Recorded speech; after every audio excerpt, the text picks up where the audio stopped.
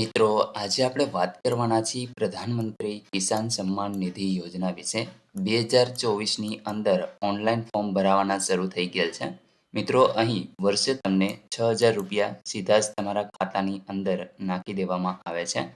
તો આ યોજના વિશે ફોર્મ કેવી રીતે ભરવું તેના વિશે સંપૂર્ણ માહિતી આ વિડીયોની અંદર આપવાની છે. તો વિડીયોને પૂરો જોવા વિનંતી. જો તમને વિડીયો ગમે તો લાઈક કરજો, તમારા મિત્રો સુધી આને શેર કરજો અને ચેનલને સબસ્ક્રાઇબ કરી લેજો, જેથી આવી કોઈ પણ માહિતી આપ સુધી પહોંચતી રહે. તો ચાલો શરૂ કરીએ. મિત્રો, સૌપ્રથમ તો તમારે કોઈ એક બ્રાઉઝર ઓપન કરી અને પીએમ કિસાન એવું સર્ચ કરાવી દેવાનું રહેશે. એવું તમે સર્ચ કરાવશો એટલે પહેલી જ વેબસાઇટ તમને જોવા મળશે pmkisan.gov.in. એના ઉપર તમારે ક્લિક કરી દેવાનું છે. અહીં ઓફિશિયલ વેબસાઇટ છે એ ઓપન થઈ જશે. મિત્રો, અહીંયા તમે જોઈ શકો છો પહેલું જ ઓપ્શન તમને જોવા મળશે ન્યૂ ફાર્મર રજિસ્ટ્રેશન. બાકી જો તમારે કેવાયસી બાકી હોય તો એ તમે અહીંથી કરાવી શકો છો અને તમે મિત્રો એનું સ્ટેટસ ચેક કરવું હોય તો અહીંથી કરી શકો છો. તો આજે આપણે વાત કરવાના છીએ નવા રજિસ્ટ્રેશન માટે. તો મિત્રો, અહીંયા ન્યૂ ફાર્મર રજિસ્ટ્રેશન એવું લખેલ છે એ ઓપ્શન ઉપર આપણે ક્લિક કરીશું એટલે મિત્રો જે રજિસ્ટ્રેશન ફોર્મ છે એ ઓપન થઈ જશે. અહીંયા તમે જોઈ શકો છો રૂરલ એરિયા માટે છે કે પછી શહેરી વિસ્તાર માટે, તો એ તમે અહીંથી સિલેક્ટ કરી શકો છો. તો આપણે મિત્રો ગ્રામ્ય વિસ્તારમાં રહીએ છીએ તો અહીંયા રૂરલને હું સિલેક્ટ કરી અને ત્યાર પછી તમારો આધાર નંબર નાખવાનો છે, તમારો મોબાઈલ નંબર અહીંયા લખવાનો છે અને મિત્રો અહીંથી તમારે તમારું રાજ્ય છે એ સિલેક્ટ કરી લેવાનું છે. ત્યાર પછી તમને જે આ કેપ્ચા જોવા મળે છે એ કેપ્ચા જે પ્રમાણે આમાં લખેલ છે એ જ રીતે નાખી દેવાના છે અને ત્યાર પછી મિત્રો તમારે ગેટ ઓટીપીના ઓપ્શન ઉપર ક્લિક કરી દેવાનું રહેશે. તો મિત્રો આપણે આ તમામ વિગતો ભરી અને આગળ વધીએ. મિત્રો, સૌપ્રથમ જેવો ઓટીપી આવે એટલે તમે વેરીફાઈ કરશો એટલે તમારા જે આધાર નંબર સાથે મોબાઈલ નંબર એડ છે એમાં એક ફરી પાછો ઓટીપી મોકલવામાં આવશે, જેને તમારે અહીંયા ફિલઅપ કરવાનો છે અને ત્યાર પછી વેરીફાઈ આધાર ઓટીપીના ઓપ્શન ઉપર ક્લિક કરી દેવાનું રહેશે. એટલે મિત્રો તમારા આધાર કાર્ડની જે અમુક ડિટેલ છે એ અહીંયા આવી જશે, જે તમે જોઈ શકો છો. અહીંયા આગળ ફોર્મ છે એ ઓપન થઈ ગયું છે. સૌપ્રથમ સ્ટેટ છે એ તમે અહીંયા સિલેક્ટ કરેલું જોવા મળશે. ત્યાર પછી મિત્રો જે પણ જિલ્લાનો અંદર તમે રહેતા હો એ જિલ્લો તમારે સિલેક્ટ કરી લેવાનો રહેશે. ત્યાર પછી મિત્રો તમારે બ્લોક છે એ અહીંથી સિલેક્ટ કરવાનો છે, એટલે કે તમારો તાલુકો છે એ તમારે સિલેક્ટ કરવાનો છે.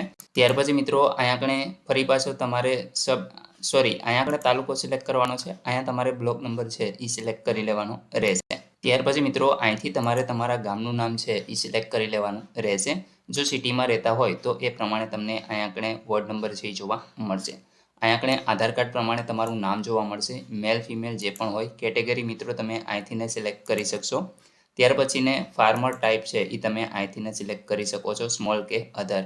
અહીં મિત્રો અહીંયા કેટેગરીમાં તમે જોશો તો એક તો એસસી અને એસટી બે છે અને ત્રીજું છે જનરલ. તમે પ્રશ્ન થશે કે ઓબીસી અથવા તો ઈબીસી કે ઈડબ્લ્યુએસ આ કેટેગરી કેમ નથી? તો મિત્રો એ અહીંયા જનરલની અંદર જ તમારે છે એ સિલેક્ટ કરી લેવાનું રહેશે. જો ઈડબ્લ્યુએસ હોય અથવા તો ઓબીસી કેટેગરીમાં આવતા હોય તો એ લોકો અહીંયા અધરને સિલેક્ટ કરી શકે છે, જનરલ અથવા અધર. બરાબર છે. ત્યાર પછી તમે જોશો તો અહીંયા તમારો આધાર નંબર છે એ તમને જોવા મળશે. અહીંયા મિત્રો તમારો મોબાઈલ નંબર, ત્યાર પછી તમારું પૂરેપૂરું એડ્રેસ છે એ તમને અહીંયા જોવા મળશે. મેં અત્યારે સિક્યુરિટી પર્પઝના હિસાબે છે એ આને હાઇડ કરી લીધેલું છે.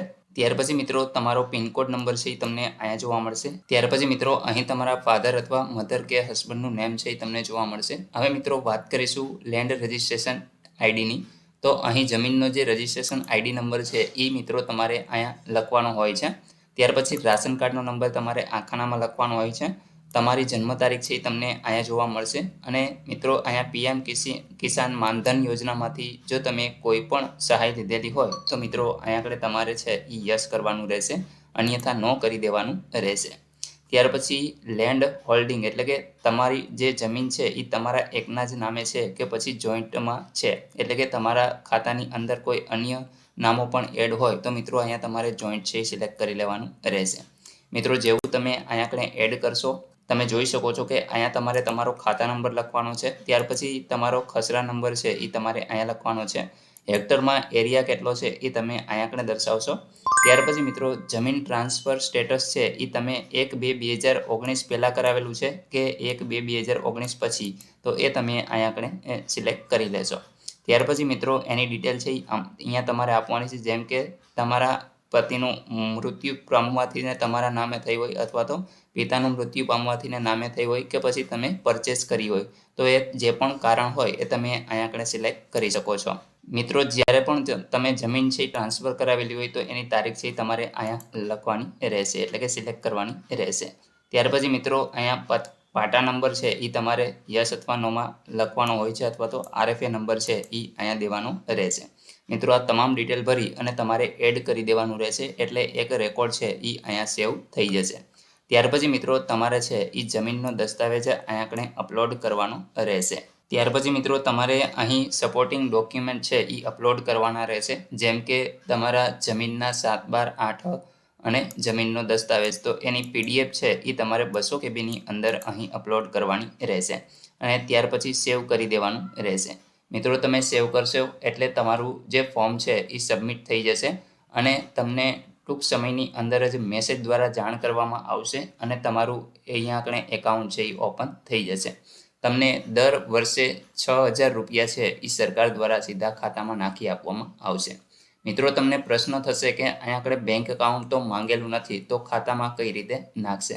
તો મિત્રો જે પણ આધાર નંબર છે એના ઉપરથી ને ફેચ થઈ અને તમારું જે એકાઉન્ટ છે બેંક એકાઉન્ટ એ આધાર નંબર ઉપરથી ને ફીસ થઈ અને ઓટોમેટિક છે એ એના રેકોર્ડમાં આવી જાય છે અને ત્યાર પછી આધાર કાર્ડ સાથે તમારો જે પણ બેંક એકાઉન્ટ નંબર લિંક હશે તો એ ખાતાની અંદર તમને 2,000નો હપ્તો છે એ 4 મહિને આપવામાં આવશે.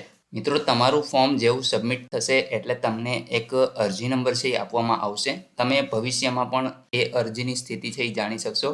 અરજીની સ્થિતિ જાણવા માટે મિત્રો તમે અહીં હોમ પેજ ઉપર આવી નીચે સ્ક્રોલ કરાવશો તો અહીંયા status of self registration farmer એવો એક ઓપ્શન છે એ તમને જોવા મળે છે.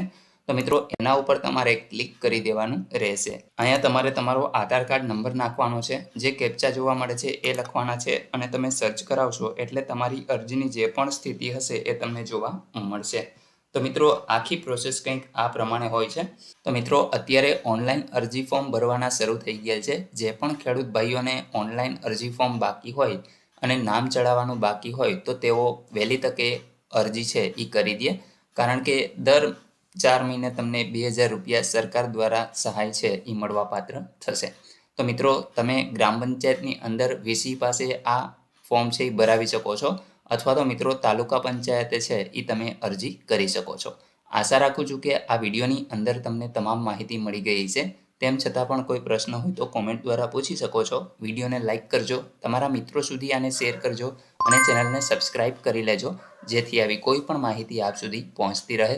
વિડીયો જોવા બદલ આપનો ખૂબ ખૂબ આભાર. મળીએ એક નવા વિડીયો સાથે. ત્યાં સુધી જય હિન્દ.